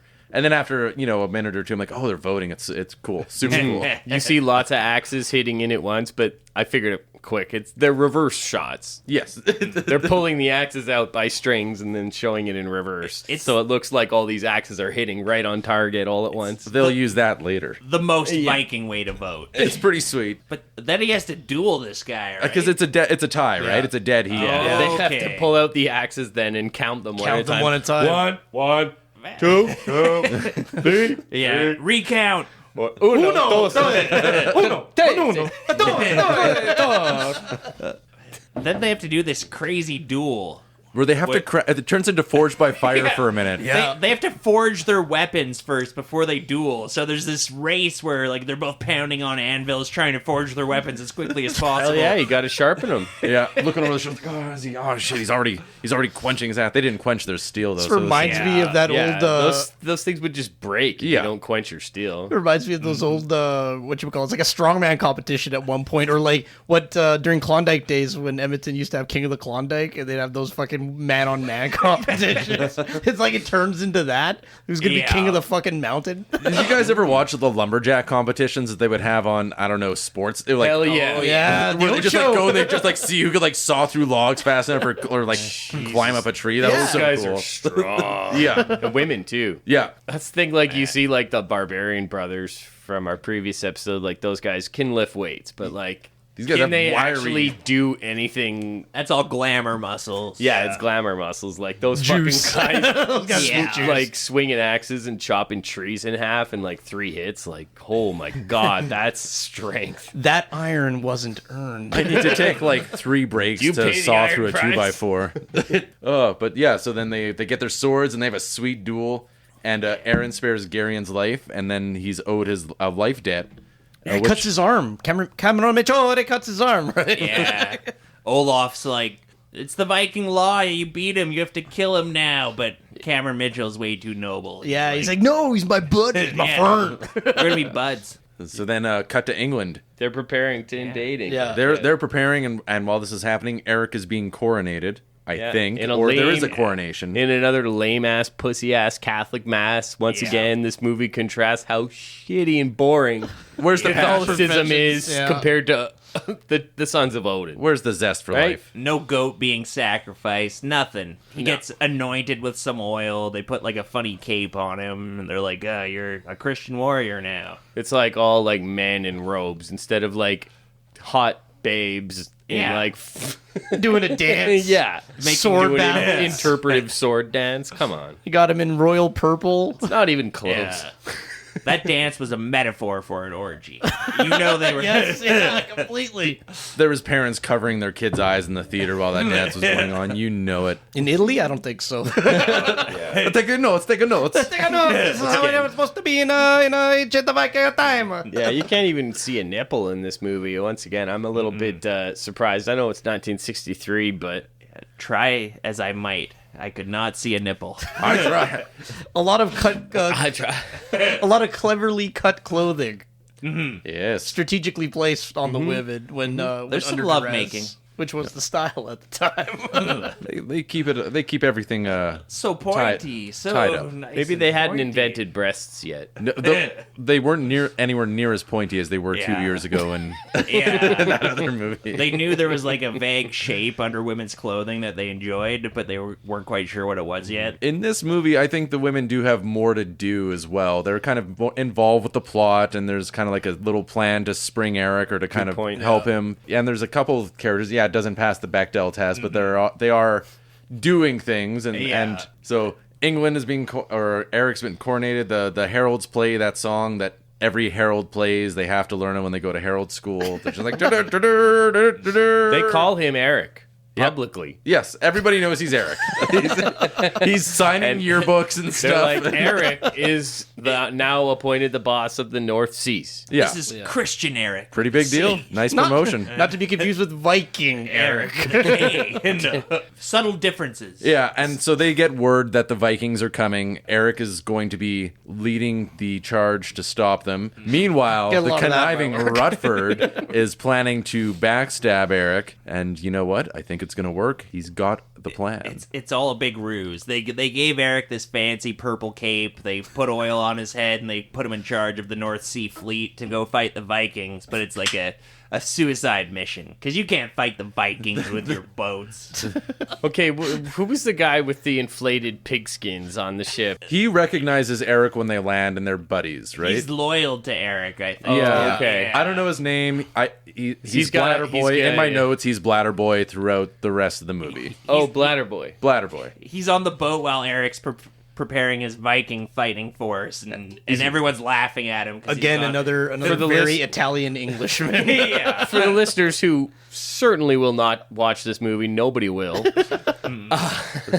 He has inflated pigskins tied around his whole body, and he uses them as flotation devices. He makes fun of some people be for clear. thinking that they're cow intestines. He's like, cow intestines, these are pig intestines. You swine. He says, like, a ship is a floating coffin. Like, I'm not going down like you fools. I don't care how good you can swim. You're in the middle of the North Sea. Yeah, in the you're freezing fucked. cold water. You're fucking dead, man. Yeah. Arriva dare cheat indeed. That fucking boat sings. Even Yeah. Michael Phelps would be toast. And his little intestine balloons start popping here and there. And Well, he makes allusions when he comes back to shore that the swordfish got him a couple times. Yeah.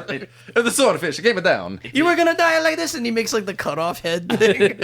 I was wondering if this guy was like an Italian comedian that was well known or something, because he's he's the comic relief in this movie. He had me laughing. Probably. Yeah, that's a good point, because the camera does just kind of go to him like you're just expected to Yeah. know. Oh, like he's about Robin him Williams or something like that. And just like, just riff. Just riff. No, you think, you think these are pig intestines? Oh, these are cow intestines. Oh, sorry, gotcha. Oh, not cow intestines. Swordfish. I dodged him. One balloon, two balloon. Oh, you got a balloon in here. Oh, look. Oh, what's a doggy? But in an Italian accent. So Do that all accurate. again in an Italian accent. And then they get attacked, and there's a sweet little there's some fighting on a boat, and this I should just mention that half of this movie is shot in silhouette. So like a lot of times they'll have their camera, and it's dark, and it's 1960 in the middle of the Ionian Sea or the Mediterranean or whatever, and they don't have lights floating out there, so you kind of have to use your imagination somewhat for some of the Day for night. Yeah. Completely. I like movies where I have to use my imagination to see what's going on screen. That's why 2023 is the best year for movies. It's like reading a book, like reading a really good book. It's going to be the best in 2024 when there are no movies while everybody plays catch up, and I just get to imagine whatever I want is in the box office. But so then Eric's boat is sunk. It gets swept up on Viking Island. Tonight on Viking Island, Eric meets Daya, or is it Rama? Yeah, And are they Italian? he wakes up on the shore with one of these beautiful blonde twins over him, and he's just died, and he's really like, you can tell he's despondent. He's like, my boat sank. Everyone I knew is dead. But you're a sexy fucking beautiful angel, aren't you? A little sexy blonde. They get romantic like instantly. Yeah. And he's really good looking too. Like Tony Curtis, he's very pretty. You can tell she's a little interested. She's a little scared, but a He's little the Italian interested. Tony Curtis. She's like, I really gotta go, and then she just like sprints off into the horizon. Gotta go, and I need to wash my hair tonight. He's like, que bella. She before she runs off, she says, "It'll be light soon," and it's high noon. Broad daylight on this beach, this beautiful Italian beach. They keep making allusions in that film that they're always running into night. It's gonna be real dark soon. I must have heard that 5 fucking times in this goddamn movie. Eric is such a non-factor in this movie.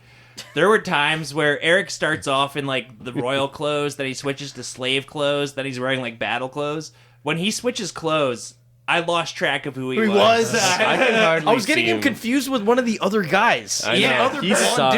dude. I I was gotta like- say, Only until it came to like an epic climax, I was like, "Oh shit! Oh, that is Eric. That's the guy Okay. I'm supposed to follow. Yeah, he's He wearing sucks. the armor now. Okay, I get it.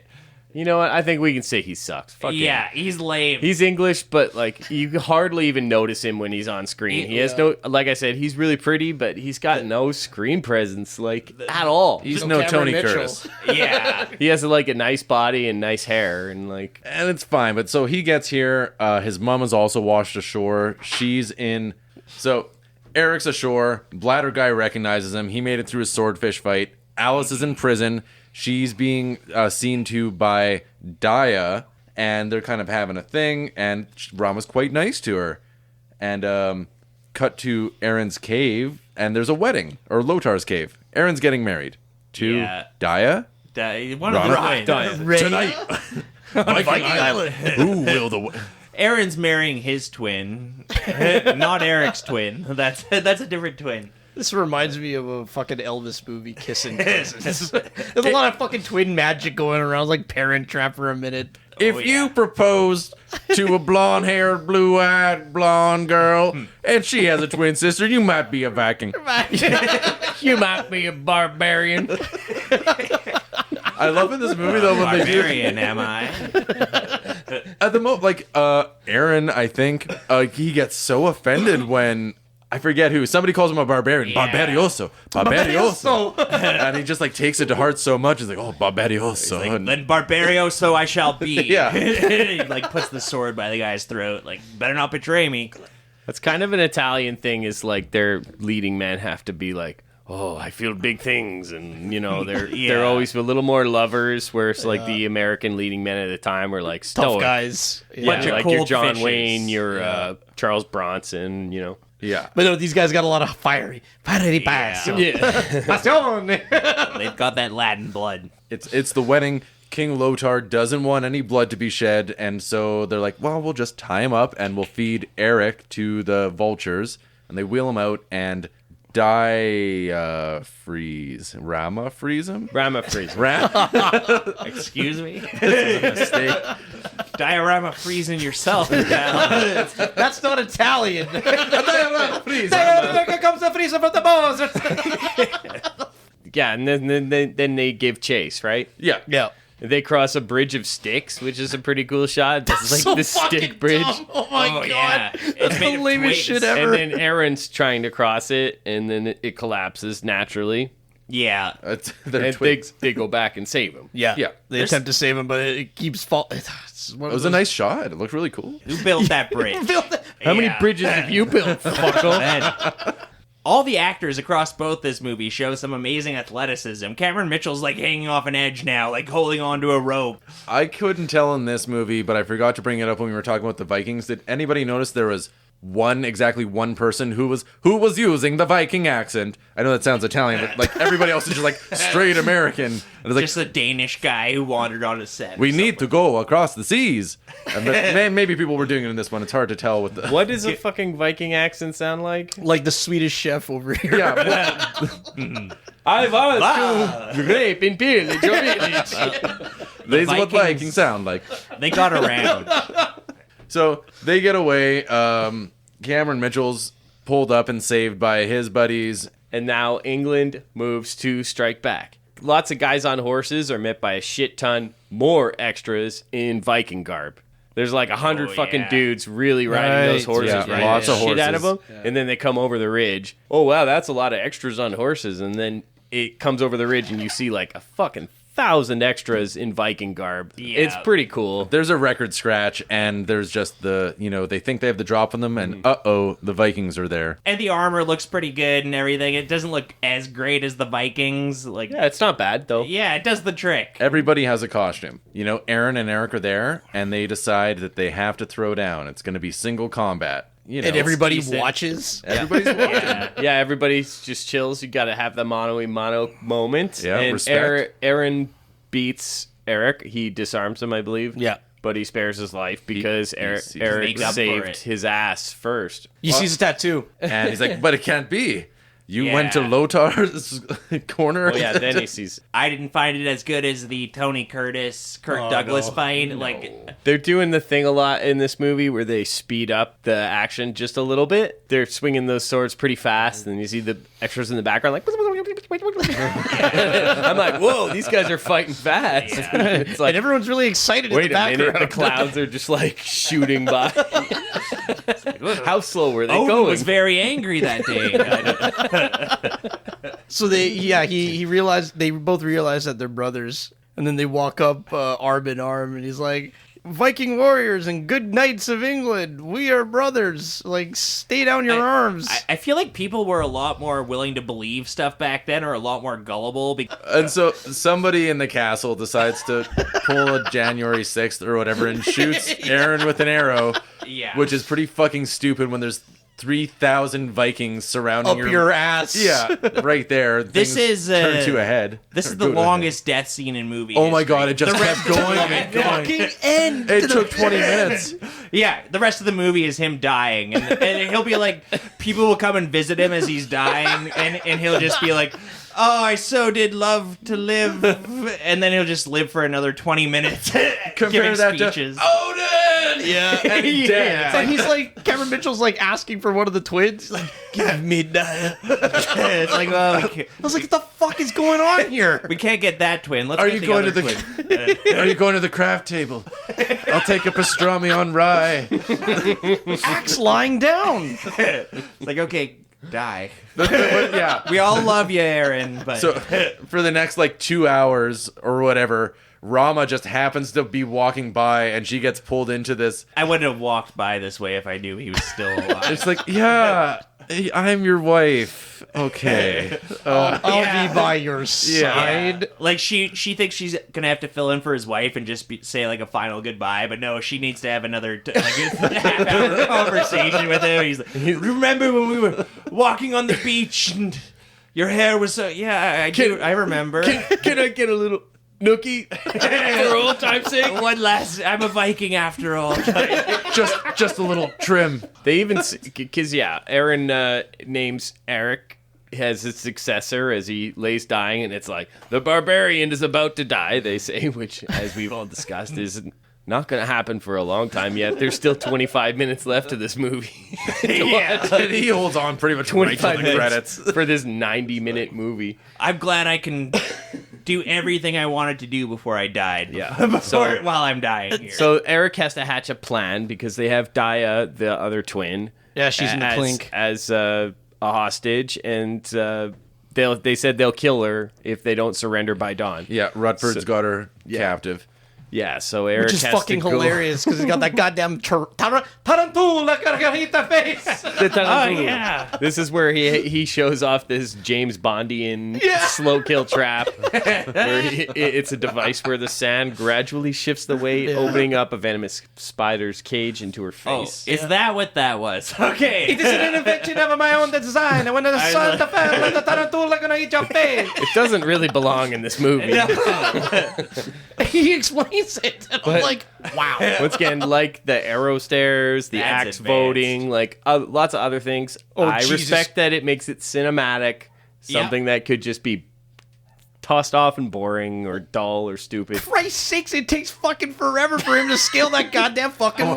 Yes, and that's so. Well, yeah, Eric has to scale up the castle and sneak in and during the night. They fire each arrow. Yeah. He climbs, he scales it, And they break it. and they It's break like one an of the Austin breaks. Powers bit. This is the rip-off of the Viking scene And because where they're doing the throwing the axe, the axe. rock wall. But we'll change it and make it arrows. Yeah. But because it's a shitty Italiano and a projection, they fucking you see the goddamn tracking lines or the tracking wires for the arrows for each of the fucking arrows that get There shot was in a the couple thing. of that throughout the movie. Yeah. Well, they're shooting arrows right next to him as he's climbing up. But yeah, you see him Pretty with this good. grappling hook fumbling around forever, and everybody's just watching on, and it's like, It's comical. And like the It's guards funny. are like, did you hear that it's not meant noise? to be funny. Like, they keep contemplating whether or not they've heard a noise when you can totally see this Italian scrambling up the fucking wall with arrows. It's like, be imagine you're on the PGA tour and you're in the audience, the crowd, and you just keep watching this golfer just like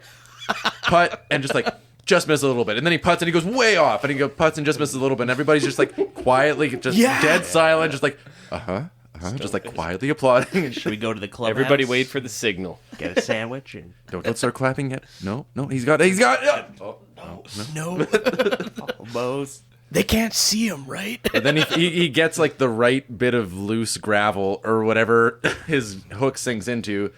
And the archers kill those two English Italian guardsmen on the top of the fucking parapet there in the castle. They're good archers. Yeah, and then he makes it into the aft chambers where they're holding the girl with the spider. He frees Daya, and her dress is cut at one shoulder, Strategically. Yeah, Oh, very yeah. nicely. Tasteful. And It yeah, is Very tasteful. You're not a damsel in distress No. if like your dress isn't cut off, the one shoulder hanging off. but especially always in just an the one. Italian production. But some Italian that titty ain't movies popping where- out. No. No. Through Not in this movie. through lots of daring do, Eric makes it there. Him and Rupford, they don't even really have a fight. they don't duel. He No. fucking ganks him. Yeah. He dies. In He gets peppered by a million arrows. Yeah. This is when, because once it's dawn, the barbarians charge, and there's pretty good extra work. There's lots of guys getting hit with flaming arrows. Flaming which arrows. Fucking rips. It looks dangerous as hell. There's guys on the parapets throwing down barrels of flaming pitch and shit. Yeah. And there's guys climbing up the walls, and there's flaming pitch going everywhere. There's flaming logs. There's flaming arrows. It looks dangerous. There's dude. daring do everywhere. Again, I'm, Whole I'm scene's sure on fucking fire. several pretty of these impressed. Steadmen probably actually died during the film of this. Yeah. Did you see what happened to Ernesto? I think he got covered in the hot boiling oil. And He's that pile of ashes over there. Send his widow a ham. Rupford's dead. Bad guy's dead. Eric and Yeah, he gets pin-cushioned. Yeah. Really good. and not the first time. The last guy who got hit with arrows. Like when they do it, when somebody's getting arrowed, they Multiples. they bought in bulk for this movie, and I Uno, really dos, appreciate that. tres. He gets Costco like arrows. at least 2 Boromirs. two and a half. 3 Boromirs, Yeah. maybe. And so and then Eric's like, "Well, I'm king of the Vikings now. Why don't you come along with me, Rama?" Rama, Diorama. Oh, man, you're bad at this. Oh, wow, diorama. We just figured it out. Queen Alice just looks on, and she's like, "There goes my son. I hope he has a good life. May he rape and pillage." At the end, they're on the boat, and Dia lights Aaron's funeral pyre. She's like standing right next to it. You barely see her arm move to light the pyre, and I wasn't sure if she was lighting herself on fire. She's going in on the boat to die. She's dying with them. That's what I was. That's what I was led to believe. Oh, I guess. Why would you have a funeral pyre on the boat if the whole boat's not going down? That's like the Viking way, right? Yeah, I didn't So think she this went- through. Yeah. She's going. Well, I was like, is she burning? Because it made She it look is. like she was on the same boat as everybody else, as Eric and everybody. But then that makes sense. that She's they'd be in the on their boat. own. She's going to die with her man, Cameron Medicelli. Good. Glad she's dead. Arrivederci. 2 of those twins was too many. I'll still be confused with only You one know? of them left. What happened to the other one? 20 years later. What's your name again? All right, that's Eric. 1963's Erik the Conqueror. He came, he saw, he conquered. Should we pass around the goat horn, see what everybody thought? Which one they like better? Oh, by the way, there is also a giant horn in Erik the Conqueror, but it's nowhere near as impressive as the Or giant epic horn. as- Yeah, yeah. it's like half the size of the one in the Okay, Vikings. so the Vikings wins as the hornier movie. The horns sound like horns in the Vikings. Which is and surprising Eric the for an Conqueror. Italian production. Exactly. What would the Viking expression be? Like, it's hornier, it's got 2 horny horns better Goats. than the It's one. hornier than a ram under the full moon. I gotta say, the Vikings, hands down for me, better quality picture. I enjoyed watching it. It was a longer movie, but I didn't find myself looking at my watch or anything like that. You have grade A movie stars. Whether you look like, Tony Curtis or Kirk Douglas or Ernest Borgnine or Janet Leigh. She should be in the first, at the top of the list, and Ernest Borgnine's kind but No. everybody has a look. They can all hold the camera, and they're captivating, and I love that. And Ernest Borgnine, I love watching the guy work. I like that there was fjords and just the budget, and everything was just that much better. And I think if Erik the Conqueror steered more into kind of what I've come to expect with Italian knockoff movies, kind of like more of the violence and stuff. And I know it's 1960, but if it had gone more that way, I'd probably lean that way. But the fact that we're they're both kind of going for like A or like higher caliber stuff, I really like the Vikings because I thought it delivered. Totally. I would have to give it to the Vikings, mainly based off of the performances. Again, Kirk Douglas and Tony Curtis, Cameron Mitchell and the other fella are nearly the right substitutes. It was a great epic blockbuster of the old school, like a swashbuckling. It just really hit the right notes for me, and everything's better in the Vikings. I don't know. I like the relationships better, the hidden identities switching and everything. Like, they do the same thing in Erik the Conqueror, but To lesser effect. Luke? yeah, the Vikings. I want so bad to be the outlier on this, but yeah, you know, to be honest, I don't love either movie. I thought they were both just fine. Yeah. I'm really glad to have spent so much of my life looking at the movies and recording my thoughts on them. Neither of these movies. Let's. I think we can all agree that neither of these are essential viewing. You don't need to go run out. I don't know. I thought the Vikings was really badass. I have to be honest. I was super into it. I was like, I love the performances. It's super Shakespearean. Like, I'm into it. Well, The Vikings is definitely the better movie. It's a good Hollywood MGM grand kind of movie. It worked for me, and It's a Erik the throwback. Conqueror worked for me too, you know in what? a different way. They're swashbuckler movies. Yeah. They're both swashbucklers of the old school. I could take these, like, they're good dad for noon movies. It's not what I want to watch on a Friday night like I did. If I could watch it on, like, a Sunday afternoon with, like, a scotch in my hand and make my wife and kids shut up for 10 seconds, perfect. That's dad movie. Got the roast in the oven. You should have been taking tips from the Vikings on how to do that. Oh, I was. I mentioned I was taking notes, right?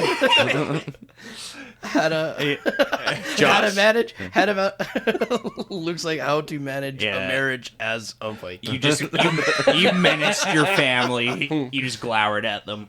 I'm converting to Norse mythology. Fight tooth and nail with wife every day. This is my son born of wedlock. Wow. But Josh, final thoughts to our esteemed guest. In 1958, Vikings was a swell time at the drive-in. As it aged gracefully into that good night, no. Like, there's a lot of... It's a rape-fueled adventure. Then we get the Italian knockoff, which, you know, like, I guess the Bollywood film system hadn't been... If they were around at that time, they would have made their own version of it, which I deeply would love to see. That would be fascinating. That being said, like, I was expecting something a little bit more violent, a little bit more crazy out of the Italian deal. Didn't get it. I just got a knockoff with Cameron Mitchell, and it was like watching Paige try that fucking movie. But the Vikings does not pull any punches for 1958. It kind of lays itself bare, which is interesting. I didn't even know you could talk about that kind of shit in 1958. They couldn't even film a fucking toilet in 1958, and you got like out and out like half rape scenes. Like, Yeah, I was surprised. insane. It pushed the Hays Code further than I would have thought. It did, Well, like damn near, and like Kirk Douglas is definitely not a good guy in it. He is like a... no, you don't know who to cheer for. Yeah. It's interesting for that kind of type of movie, American production film at that time, where you always have, you know, white hats, black hats, whatever, Yeah. right? This one kind of challenges you to be like, nobody's good, everybody's shitty. These people raped and pillaged one another for conquest and for very little. I love that in the Vikings. Just Kirk Douglas is unabashedly like he will. He's a prick. He's a fucking prick. He's just a total asshole. He's a one-eyed and he does it psychotic really prick. well. And it was just weird that the Italian film was less problematic. 2 or 3 people at this table are fans of Italian exploitation films, and yet still the table unanimously votes for the Vikings. We blow our giant Viking horn.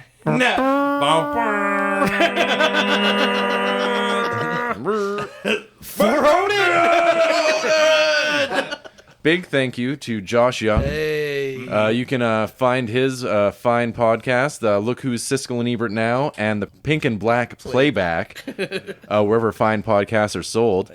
Until next time, we're going to be coming at you with a couple Christmas classics. We're going to do Jack Frost and Jack Frost. Oh. So until then, From a couple of jack-offs.